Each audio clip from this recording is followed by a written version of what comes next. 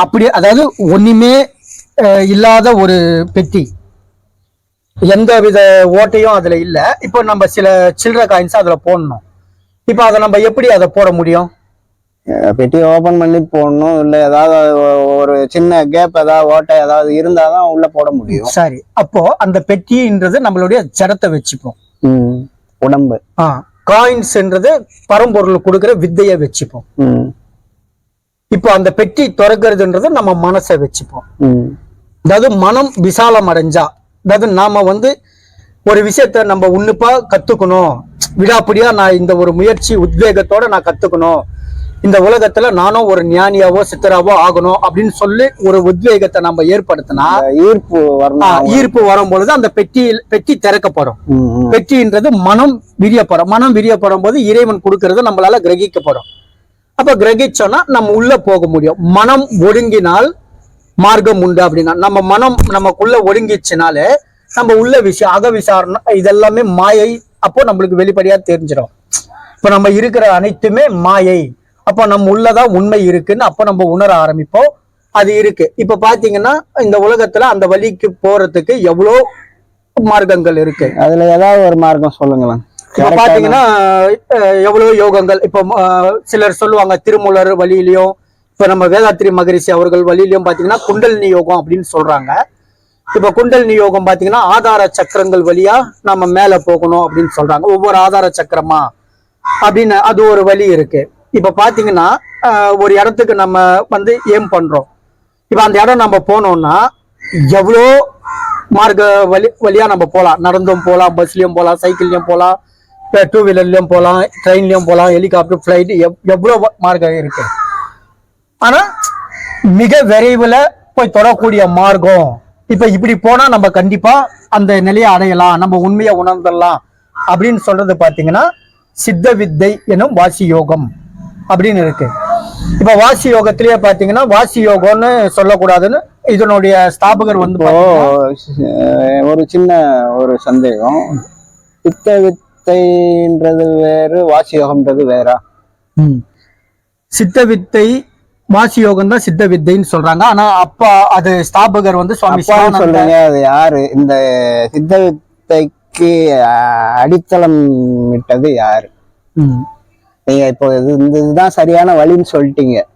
இத மக்களுக்கு இது யாரு பெரிய இந்த காட்டுல போய் தவம் பண்றவங்க தான் இதை பண்ணணுமா, இல்ல குடும்பத்துல இருக்கிறவங்க இதை பண்ணலாமா? யாரெல்லாம் இதை பண்ணலாம்? இல்ல இதை விட்டுட்டு சன்னியாசம் போனாதான் கிடைக்குமா? இல்ல கல்யாணம் பண்ணி குடும்பத்துல புள்ள குட்டிங்களோட இருந்து நம்ம இத நிலையை அடைய முடியுமா? முதல்ல இத நமக்கு இந்த சித்த வித்தைன்றத நமக்கு கொடுத்தது யாரு? எத்தனை வருஷத்துக்கு முன்னால நமக்கு கிடைச்சது? அது எப்படி கிடைச்சது? யார் மூலமா கிடைச்சது? சித்த வித்தைன்னு சொல்லிட்டாரு. இதனுடைய யாரு நமக்கு தந்தாங்கன்னு தெரியணும்ல. சரிங்கண்ணா, இது நல்ல கேள்வி. இது பாத்தீங்கன்னா எப்படின்னு பாத்தீங்கன்னா இதனுடைய குரு அப்படின்னு நாம சொல்லக்கூடாது. ஏன்னா வித்தையை கொடுக்குற அளவுக்கு குரு யாரும் இல்ல, வழிகாட்டி அப்படின்னு நம்ம எடுத்துப்போம். அப்ப அந்த வழிகாட்டி அப்படின்னு பாத்தீங்கன்னா கேரளா மாநிலத்துல வடகரை என்ற பகுதியில இதனுடைய ஆசிரமம் இருக்கு. அது போல 5 ஆசிரமத்தை நிறுவி இருக்காங்க. அவர் பாத்தீங்கன்னா ஜெகத் ஜோதி சுவாமி சிவானந்த பரமஹம்சர் அப்படின்னு சொல்றாங்க. இப்ப அவரு பாத்தீங்கன்னா அவரு எப்படி சொல்றாருன்னா, இப்ப இவ்வளவு மக்களையும் நான் எப்படி இத கொண்டு வந்தேன்னா இந்த சித்த வித்தையினாலதான். இப்ப அந்த காலத்துல பாத்தீங்கன்னா சித்த வித்தை அப்படின்றது பாத்தீங்கன்னா வாசி யோகம் வச்சு எண்ணற்ற சித்தர்களும் யோகிகளும் எவ்வளவு பேர்லாம் இந்த வாசி யோகத்தை பண்ணி தான் அந்த நிலையை அடைஞ்சாங்க. அப்போ இவரு பாக்குறாரு, இவர் பாத்தீங்கன்னா ஒரு காவல்துறையில பணி புரிஞ்சிருக்காரு. காவல்துறையில பணி புரிஞ்சுக்கிட்டே இருக்கும் பொழுது அவங்க மனைவிக்கு உடல்நிலை சரியில்லாம இருந்தப்போ அவரு போயிட்டு வரும்போது திடீர்னு அவங்களுக்கு ஒரு மாதிரி பார்த்தவொன்னே இவர் போய் அவரு மனைவிய மடியில வச்சிருக்கும் போது திடீர்னு நல்லா இருந்த ஒரு மனைவி அவங்க இறக்குறாங்க. இறந்தவொடனே இவர் மனசுல தோணுது, என்னடா நல்லா தானே இவ்வளவு நாள் என் மடியில இருந்தா, இப்போ என்ன ஆயிடுச்சு, அதாவது ஒண்ணு இருந்தது இப்ப இல்ல, அது என்ன ஆகுது? அப்ப அந்த உயிர் எப்படி அந்த உடலை விட்டு பிரியும், ஏன் உடலை விட்டு பிரியாம உயிர் வைக்க முடியாதா அப்படின்னு அவருக்குள்ள ஒரு தேடல் வந்தது. அப்ப தேடல் வரும்பொழுது இவரு வாழ்க்கை, அதாவது மனைவி போனவுன்னா வாழ்க்கையில வெறுப்பு வந்து அங்கங்க காசி அந்த மாதிரி எவ்வளவோ இடங்களை சுத்தி சரியான ஒரு குருவை தேர்ந்தெடுக்கணும்னு தேடி கடைசியில நம்ம பழனி வந்திருக்காங்க. பழனியில வந்து அப்போ இந்த உலகத்துல எவ்வளவு பேர் சொல்றாங்க, அவர் வந்து முதல்ல இது தெரிஞ்சுக்கணும். சுவாமி சிவானந்த பரமஹம்சர் யாருன்னு பாத்தீங்கன்னா சாட்சாத் பரம்பொருள். அவரு அதாவது பரம்பொருளே இந்த பூமிக்கு இறங்கி வந்து மகா வித்தைய, அதாவது யாருமே பெற முடியாத ஒரு வித்தைய சாமானிய மக்களுக்கும் சர்வ சாதாரணமா, அதாவது பெரிய ஞானத்தை அறியக்கூடிய ஒரு வித்தைய சர்வசாதாரணமா மக்களுக்கு அருளி செய்ய பரம்பொருளே பூமிக்கு சிவானந்த பரமஹம்சர் ரூபத்துல இறங்கி வந்து இந்த வித்தைய காமிச்சு. முதல்ல சாமி எப்படி பாத்தீங்கன்னா, அப்ப அந்த காலத்துல இந்த வித்தைய செஞ்சாங்கன்னா ஒரு வாட்டி பண்ணும் பொழுது நம்ம ரோமங்கள் வழியா ரத்தம் பீறிட்டு வரும் அப்படின்னு சொல்லி பெரியவங்க சொல்லி கேள்விப்பட்டிருக்கேன். அப்போ இது இது இது மாதிரி கொடுத்தா மக்கள் பண்றதுக்கு கஷ்டமாயிடும். ஏன்னா அந்த காலத்து உணவு முறைகளும் ஒழுக்க முறைகளும் நல்லா இருந்தது. இப்போ சில விஷயங்கள் மாறினதுனால அப்பா கருணை கொண்டு சரி நம்ம மக்களுக்கு மிகவும் சுலபமா தரணும் அப்படின்னு சொல்லிட்டு பழனியில பஞ்சவர்ண குகை என்ற குகையில போயிட்டு 12 ஆண்டு காலமா கடுமையான தவம் செஞ்சு இந்த வித்தைய மிகவும் சுலபமாக, அதாவது சாமானிய மக்களும் குடும்பஸ்தர்களும் செய்வதற்காக மிகவும் சுலபமாக அதை கண்டுபிடித்து நமக்கெல்லாம் வாரி அரைச்சிருக்காரு. இப்போ அந்த வித்தைய நாம பண்ணணும். இதுல பாத்தீங்கன்னா இந்த வித்தைய வந்து குடும்பத்துல எல்லாரும் இத பெற்று அனுபவிக்கணும்னு சொல்றீங்க. அதாவது பிறந்த உடனே குழந்தைக்கு கொடுக்கலாமா, இல்ல எந்த வயசுக்கு மேல அந்த வித்தைய அந்த அவங்களுக்கு கொடுக்கலாம்? அதாவது இது எப்படி சொல்றதுன்னு பாத்தீங்கன்னா, பிறந்த குழந்தைகள் குறிப்பிட்ட காலம் வரையில் அவை அனைத்தும் சித்த வித்தை செய்து கொண்டிருக்கிறது. இப்போ பாத்தீங்கன்னா நல்லா இது ஒரு நல்ல கேள்வி. சித்த வித்தை என்பது என்னவென்றால், நாம் தாயினுடைய கர்ப்ப கிரகத்தில் 10 மாத காலம் இருப்போம். இப்ப அந்த 10 மாத காலத்தில் நீர் நிறைந்த பனிக்கூடத்தில் தான் இருப்போம். இப்ப அந்த நீர் நிறைந்த பனிக்கூடத்தில் இருக்கும் பொழுது அப்ப அந்த குழந்தைக்கு உயிர் இருக்கிறது என்று நம்ம மருத்துவர்கிட்ட போய் கேட்கும் போது நல்லா இருக்கு, குழந்தை ஆரோக்கியமா இருக்கு, உயிரோட இருக்கு அப்படின்னு சொல்லுவாங்க. அப்போ அந்த நீர் நிறைந்த இடத்துல அந்த குழந்தை எப்படி உயிரோட இருக்க முடியும்? கண்டிப்பா சுவாசம் இருந்தாதான் உயிரோட இருக்க முடியும். எவ்விதமான சுவாசம் அங்கு இருக்க வேண்டும்? அதாவது இப்ப நாம சாதாரண மனிதர்கள் இப்ப ஒரு டேங்க் வச்சுப்போங்கன்னா, தண்ணி டேங்க்ல இப்ப உங்களை எடுத்துட்டு போய் முக்குறேன்.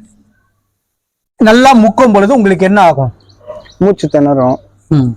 அப்ப அந்த குழந்தை முழுமையா தண்ணீர் நிறைந்த இதுல இருக்கு, அதுக்கு ஏன் மூச்சு திணறல? அதுக்கு ஏதோ ஒரு வழியில வந்து அந்த ஜீவனை காப்பாற்றக்கூடிய அளவுக்கு சுவாசம் அதுக்கு போகுது. அப்போ அந்த குழந்தையாகப்பட்டது இறைவனுடைய தொடர்புல இருக்கு. அப்போ அது உட்கதி சுவாசம் பண்ணிட்டு இருக்கு. உட்கதி சுவாசம்னா என்ன? அதுதான் சித்த வித்தையில சொல்லி கொடுப்பாங்கன்னா. சரி. ஏன்னா அது நம்ம இந்த டிவி வாயிலா சொல்லக்கூடாது. அது நீங்க முறை பிரகாரம் போய் ஒரு குரு இடத்துல போயிட்டு, அதாவது சித்த வித்தை கொடுக்கிற இடம் இருக்கு, நிலையங்கள் அமைச்சிருக்காங்க அந்த இடத்துல. ஏன்னா யாருமே ஆசிரமத்துல யாரும் வித்தை கொடுக்க மாட்டாங்க. அந்தந்த, அதாவது தமிழ்நாட்டை பொறுத்த வரைக்கும் எல்லா இடத்துலயுமே நிலையங்கள் இருக்கு. அந்த நிலையங்கள்ல தொடர்பு பண்ணி இந்த மாதிரி நான் சித்த வித்தை வாங்கணும் அப்படின்னு சொல்லி கேட்டீங்கன்னா அங்க வாங்கிக்கலாம். அதுல சொல்ல இதை நான் சொல்லிடுறேங்கன்னா, இப்ப அந்த குழந்தை அந்த குறிப்பிட்ட காலம் வர வரையில் அந்த சுவாசத்துல இருக்கும். குழந்தை வெளியில வரும் பொழுது அதே சுவாசத்துலதான் இருக்கும். ஏன்னா உள்கதி சுவாசத்துல இருக்கும் பொழுது அப்போ மருத்துவர் என்ன பண்ணுவாங்கன்னா, அந்த குழந்தைய கையில பிடிச்சு தலை கீழே தொங்க வச்சு முதுகுலையும் தலையிலையும் தட்டுவாங்க. அப்படி தட்டும் போது பாத்தீங்கன்னா அந்த குழந்தை அப்படி ஒரு இது பண்ணிச்சுன்னா அப்போ வெளிகதி சுவாசம் வந்துடும். அப்போ இந்த பிரபஞ்ச மாயையில அந்த குழந்தை சிக்கிக்கொள்ளும்.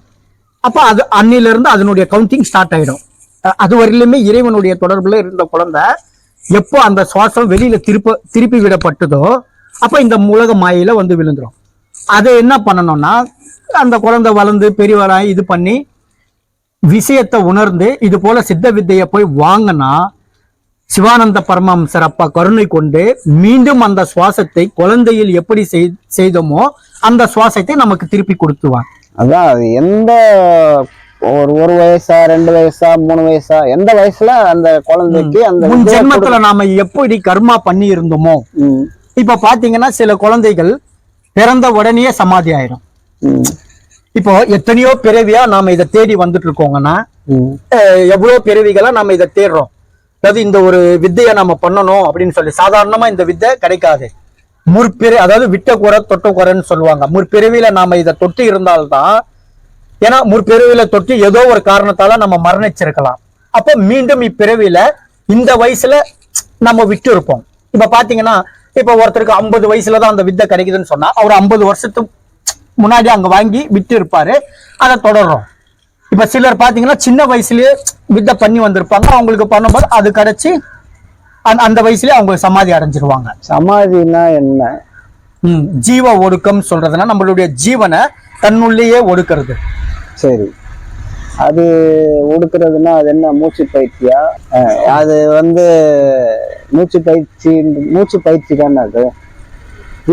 நம்ம வந்து சிலர் வந்து மூச்சு பயிற்சியாவோ எடுத்துக்கலாம். இப்ப நம்ம மேக்சிமம் பாத்தீங்கன்னா சித்த வித்தை அப்படின்னு சொல்லுவாங்கன்னா இது எப்படின்னா இதை நம்ம வெளியில சொல்லக்கூடாது. அது அந்த இடத்துல வித்தை வாங்கும் போது காமிச்சு கொடுப்பாங்க, அதுபடி எப்படி பண்ணணும் அப்படின்னு. இப்போ சாதாரணமா நம்மளுக்கு அதை பத்தி உணர்ந்து இருந்தோம், ஒரு பிறவியில நம்ம அதை பத்தி தெரிஞ்சு இருந்தா உடனே கிரகிக்கலாம். இல்ல அது இப்பிறவில தான் அப்பா கருணை கொண்டு கொடுக்குறாருன்னா அது ரொம்ப காலம் ஆகும். ஒரு பிறவில நான் பண்ணிட்டு வந்தேன். இப்ப பாத்தீங்கன்னா நம்மளுக்கு ஒரு இடத்துக்கு நம்ம போறோம். இப்ப இந்த இடம் வச்சுக்கோங்கன்னா இப்ப இந்த இடத்துல நம்மளுக்கு முன் அனுபவம் இருந்திருந்தா நம்ம வரும்போதே தெரிஞ்சிடும், ஓகே இந்த இடம் நம்மளுக்கு புதுசு இல்ல, ரொம்ப பழசு அப்படின்னு. அப்ப இந்த வித்தை நம்மளுக்கு ஓதப்படும் பொழுது இந்த வித்தை நம்மளுக்கு புதுசு இல்ல, இது பழைய வித்தை தான் அப்படின்னு சொல்லி நம்ம ஈஸியா அதை கிரகிச்சு பண்ண ஆரம்பிச்சிருவோம். இல்ல இப்போ நீங்க சொல்றதெல்லாம் சரி, இந்த வித்தைய பண்றதுனால என்ன பயன் முதல்ல சொல்லுங்க. நம்ம அதாவது இந்த சிவானந்த பரமஹம்சரை தான் கொடுத்தாங்கன்னு சொல்றீங்க, அவர் என்ன நோக்கத்தோட இதை வந்து மக்களுக்கு போய் சேரணும்னு கொடுத்தாங்க?